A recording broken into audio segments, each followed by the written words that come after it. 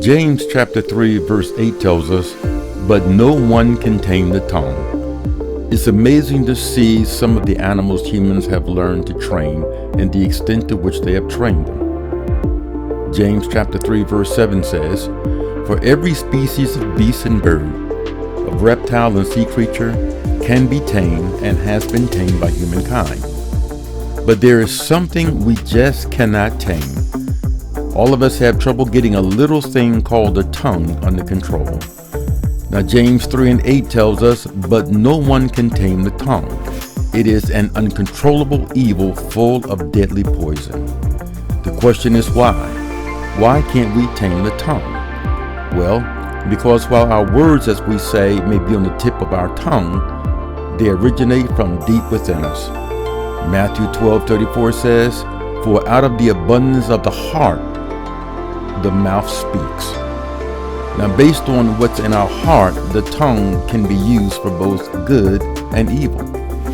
James 3:9 says, "With it," the tongue that is, "we bless the Lord and Father, and with it we curse those who are made in the likeness of God." Peter Davis, a New Testament scholar, puts it this way: "On the one hand, the tongue is very religious, but on the other, it can be most profane." Now, if we cannot tame this unruly tongue of ours, is it destined to be a daily problem for us? Always prone to speak evil, verbally attacking, cursing, and maligning each other?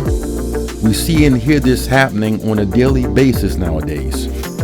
James 3 and 10 says, "From the same mouth comes blessings and cursings. My brothers and sisters, this ought not to be so." In other words, he's letting us know that it is wrong. The good news is, by God's grace, we are not left to our own devices. Psalms 141 verse 3 tells us, "The Lord will set a guard over my mouth. He will keep watch over the door of my lips." Fact is, we can't tame the untamable, but God can.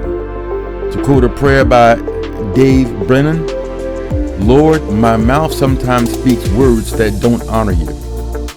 Thank you that by your Spirit, my untamed tongue can be brought under divine control.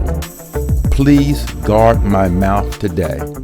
That should be our daily prayer every day. Look, to rule your tongue, let Christ rule your heart. And that's your spiritual vitamin for today.